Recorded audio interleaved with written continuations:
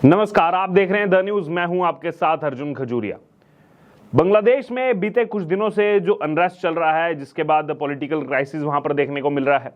इसी बीच अब आपको बता दें, बड़ा अपडेट सामने आ रहा है कि 500 से 600 बांग्लादेशी जो है वो भारतीय सीमा में घुसने का प्रयास कर रहे थे, जिनको रोका गया है बीएसएफ यानी कि बॉर्डर सिक्योरिटी फोर्स की तरफ से। जी हां, इस वक्त का बड़ा अपडेट हम आपको बता रहे हैं। दरअसल जब ये पॉलिटिकल क्राइसिस की अगर बात की जाए, जैसे ही ये तेज हुआ, जैसे ही शेख हसीना को बांग्लादेश छोड़ना पड़ा, अपने पीएम पद से इस्तीफा दिया और आनन फानन में जो है 45 मिनट के अंदर बांग्लादेश छोड़ करके भारतीय सीमा में उन्होंने प्रवेश किया अनुमति के साथ और भारत में शरण ली। इसी के साथ बीएसएफ जो है, जो बॉर्डर की फर्स्ट लाइन सिक्योरिटी फोर्स है, बॉर्डर सिक्योरिटी फोर्स, उसको जो है यहां पर पहले से ही हिदायत दे दी गई थी कि आप पूरा जितना भी एरिया है बॉर्डर का, उस पर अब कड़ी निगरानी जो है आप रखेंगे, लगातार जो है पहरा देंगे और कोई भी अप्रिय घटना वहां पर ना हो, कोई भी इन्फिल्ट्रेशन की घटना वहां पर ना हो, इस पर जो है चौकन्ने रहेंगे। और अब इसी बीच आपको बता दें कि इस पॉलिटिकल क्राइसिस के तुरंत बाद, 2 दिन के बाद ही अब यहां पर जो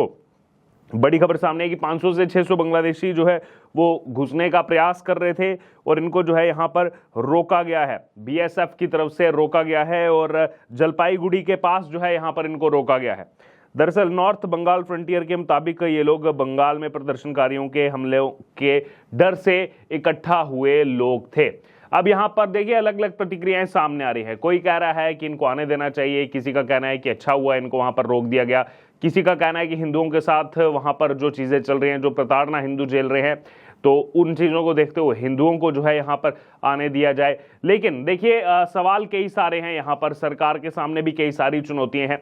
अब यहां पर अगर ये 500 से 600 बांग्लादेशी जो है घुसने का प्रयास कर रहे हैं, सबसे पहले तो अभी इस बारे में नहीं पता है कि क्या वो हिंदू हैं, मुस्लिम हैं, किसी और कम्युनिटी से है। सबसे पहले इस बारे में कोई जानकारी नहीं है, क्योंकि ऐसे समय में इनके पास इनके प्रमाण पत्र होना नहीं होना, कई सारे यहाँ पर जो है फैक्टर्स वो देखने पड़ते हैं। और इस बीच लोग तो लगातार गुहार कर रहे हैं पीएम मोदी से, होम मिनिस्टर अमित शाह से, कि हिंदुओं को जो है वो यहाँ पर आने दिया जाए, ताकि आने वाले समय में सीएए के नाते उनको यहाँ की नागरिकता मिल सके। वहां पर लगातार प्रताड़ना झेल रहे हैं।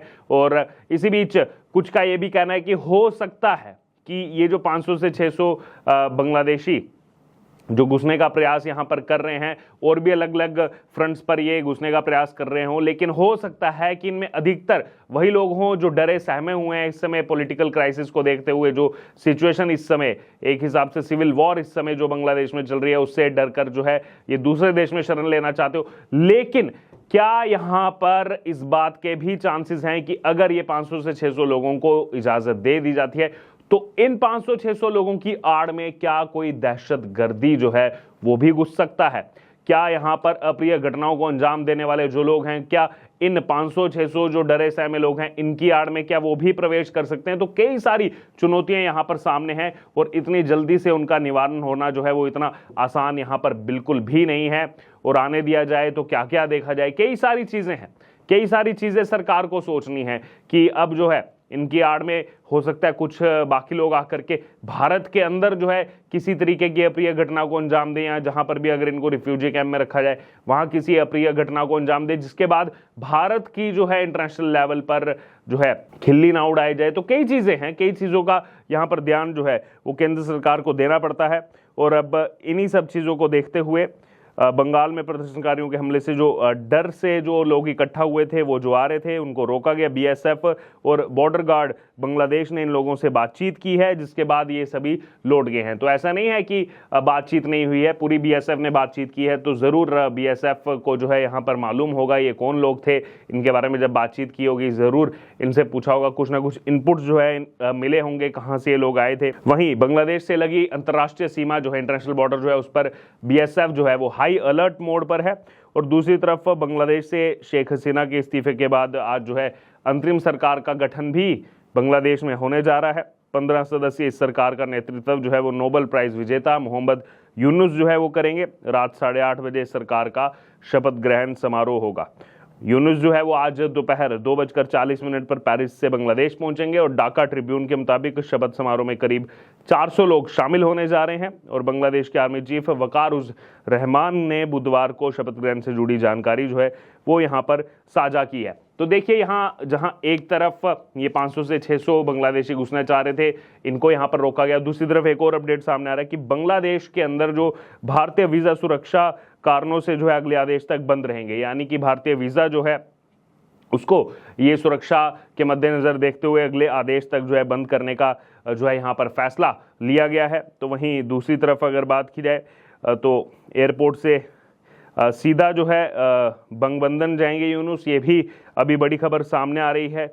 और साथ ही साथ जो है शेख हसीना से जो है उनकी बेटी, अभी उनकी मुलाकात नहीं हुई है। कई सारे अपडेट्स अब बांग्लादेश से जुड़े हुए सामने आ रहे हैं। शेख हसीना भारत में अभी तक जो है उन्होंने शरण ली हुई है और सेफ जगह पर उनको रखा गया। उनकी बेटी जो है वो उनसे मिलना चाह रही है। दरअसल उनकी बेटी की अगर बात की, शेख हसीना की बेटी साइमा वाजिद की, तो उन्होंने कहा कि इस मुश्किल दौर में मैं अपनी माँ को नहीं देख पा रही हूँ और ना ही उन्हें गले लगा पा रही हूँ। देश में जिन लोगों की मौत हुई है उनके लिए मैं बहुत दुखी हूँ। उन्होंने सोशल मीडिया पर लिखा कि वे अपने देश से प्यार करती हैं और लोगों की मौत से दुखी हैं। दरअसल साइमा वाजिद की अगर बात की जाए तो WHO के साउथ ईस्ट एशिया रीजन की वो रीजनल डायरेक्टर हैं और दिल्ली हेडक्वार्टर में इस समय वो रहती हैं, लेकिन सुरक्षा कारणों से अभी जो है उनको नहीं ले जाया जा रहा है मिलने के लिए। WHO मुख्यालय दिल्ली से अगर हिंडन एयरबेस की बात की जाए, जहां पर यह बताया जा रहा है कि रखा गया है शेख हसीना को, कहीं और भी हो सकता है रखा गया हो, ये एक जो है यहाँ पर प्लॉट करने वाली स्टोरी हो, लेकिन जो भी सुरक्षा कारणों से जो बताया गया है उस मुताबिक तो हिंडन एयरबेस है। तो हिंडन एयरबेस से जो है 25 किलोमीटर की दूरी है, लेकिन सुरक्षा कारणों से अभी नहीं मिलने यहाँ पर दिया जा रहा है। इसी के साथ आपको ये भी बता दें कि जो यहाँ पर ये खबर सामने आई कि 500 से 600 बांग्लादेशी इन्फिल्ट्रेट करना चाहते हैं, उनको रोका गया। तो वहीं दूसरी तरफ केवल जो है ज़मीनी सीमा नहीं है बल्कि समुद्री सीमा भी है, अब उस पर भी जो है यहाँ पर तैनाती की जा रही है। आपको बता दें बांग्लादेश से लोगों के पलायन के खतरे को देखते हुए उड़ीसा ने लगभग 480 किलोमीटर लंबी जो समुद्री सीमा है उस पर सिक्योरिटी बढ़ा दी है, क्योंकि बांग्लादेश से पास में जो है उनको उड़ीसा पड़ेगा और वहाँ पर 480 किलोमीटर का जो समुद्री सीमा का जो एरिया है उस पर सिक्योरिटी बढ़ा दी गई है। और जितने भी जो जिला प्रशासन है उन्होंने राजस्व निरीक्षकों और वन अधिकारियों को समुद्र तट के निकट गांव में लोगों की आवाजाही पर नजर रखने का निर्देश भी दिया है कि अगर कोई वहां पर, क्योंकि ये बहुत बड़ा एरिया रहता है 480 किलोमीटर का, हर जगह पर आप जवान तैनात नहीं कर सकते और इसी वजह से वहां पर जो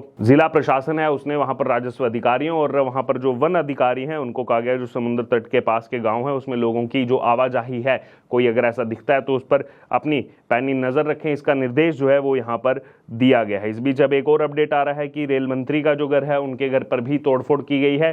तो यहां पर लगातार ये तोड़फोड़ की घटनाएं, हिंदुओं के साथ वहां पर लगातार हो रहा अत्याचार, ये जगजाहिर है। और इसी बीच अब देखना होगा कि ये जो लगातार लोग तरह तरह की प्रतिक्रिया दे रहे हैं, आखिरकार भारत सरकार अब इसमें क्या फैसला लेती है, क्या आने दिया जाएगा। वो 500 से 600 बांग्लादेशी केवल एक जो है यहाँ पर पोस्ट पर थे जो जलपाईगुड़ी के पास, और भी कई जगहों पर चट्टग्राम से लेकर के ऊपर अगर आप देखेंगे सिलहट से लेकर के इस साइड जो पश्चिम बंगाल के साथ बॉर्डर लगता है वहां पर भी लोग जरूर चाहते होंगे जो डरे सहमे हैं कि भारत में उनको प्रवेश मिले। अब देखना होगा भारत सरकार क्या फैसला लेती है। बहरहाल आपकी क्या राय है इस पूरी खबर पर, आप जरूर हमारे कमेंट बॉक्स में शेयर करें और बने रहे द न्यूज के साथ। धन्यवाद।